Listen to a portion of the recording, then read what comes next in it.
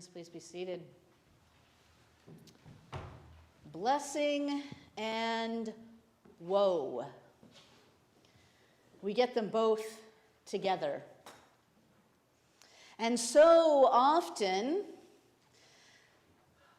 this Sermon on the Plain, in Luke's version and telling of it, Jesus has actually come down from the mountain where he has just been praying, where he has appointed 12 apostles to join him as co-leaders in this movement that he is creating. He has appointed them and come down to a plain filled with people who have heard that Jesus is around and who are sick, who are hungry, whose bodies are bent and broken, whose children are suffering, and they have come to him to ask for healing. And the piece that we don't get in this reading is that Jesus' response to them was to heal them. It was to love them. It was to give them what they needed. He didn't stop and ask if they deserved it, if they had earned it, if they had done the right things, if they had said the right prayers, if they had gotten into their situation of sickness or poverty because of legitimate behavior rather than just irresponsible foolishness. He didn't care. What he did is he saw the need of people and he provided them what they needed. So often we read this as a story of future judgment. Blessed are the hungry because they will be filled in heaven. Right? We can't feed everybody. The poor will always be with you. The hungry will always be with you. And that's just how it is. But you know what? You will get your reward in heaven.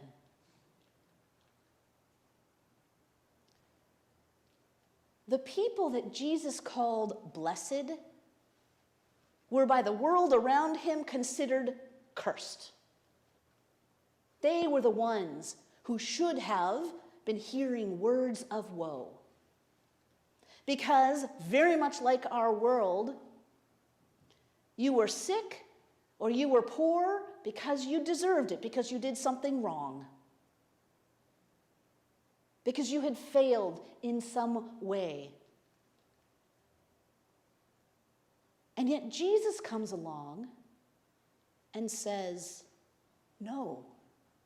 These people that are sick and weak, these people that expose to all of us the fragility of our world, the fragility of the lives that we lead, who remind us every day by their presence that some of us are just one paycheck away from not having a home. Some of us are one fall away from a broken hip that'll never get us back up again. Some of us may get in the way of a Ford truck. Our lives are vulnerable.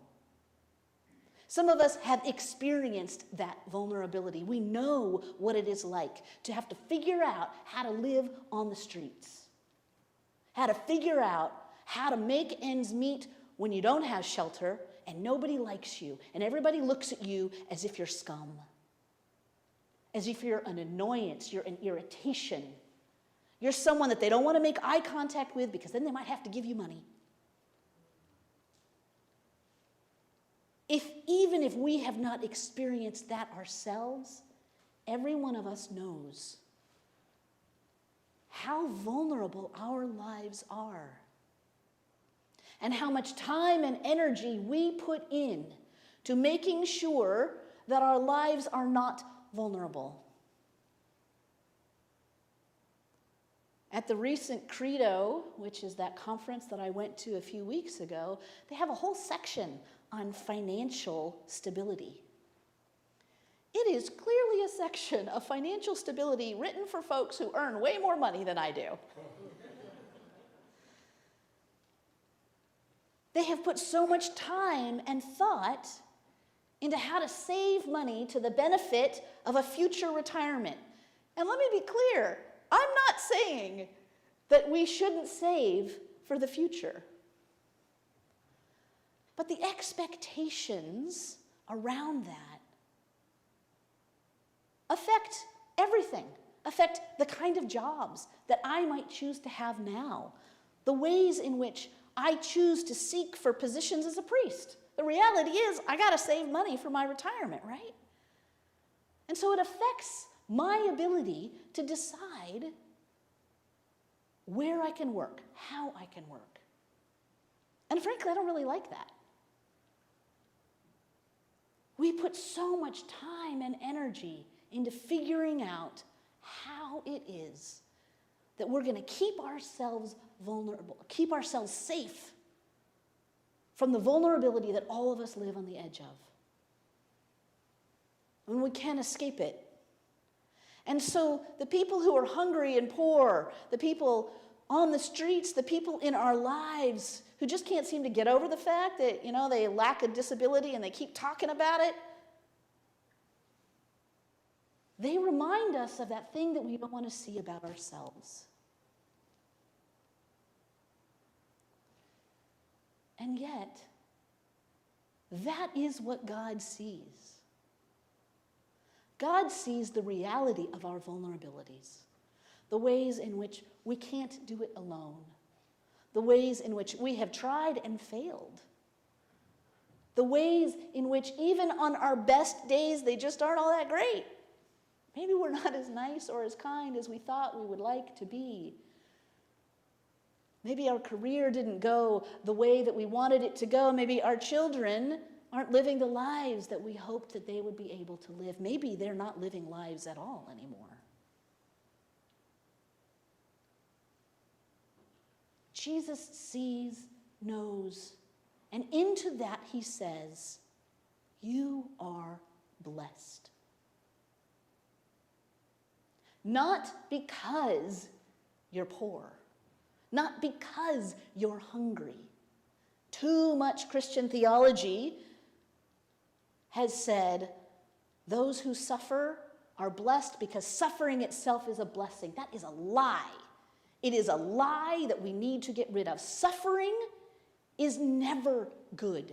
Suffering is never something that we should seek. Suffering is never a blessing of God. What is the blessing of God is to know that in the midst of our suffering, that exposure of our vulnerability, that God is with us. And that the community of saints, those who surround us, living and dead, those who have gone before us and those who will come after us, that they are the community before whom we may be vulnerable because they were vulnerable. Our vulnerability is not something to run away from. It is something to enter into with one another.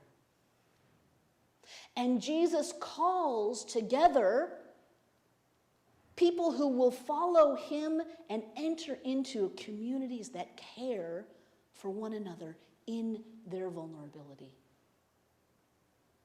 If suffering is anything, it is an opportunity for us to acknowledge the reality of our dependence, the reality that we need one another,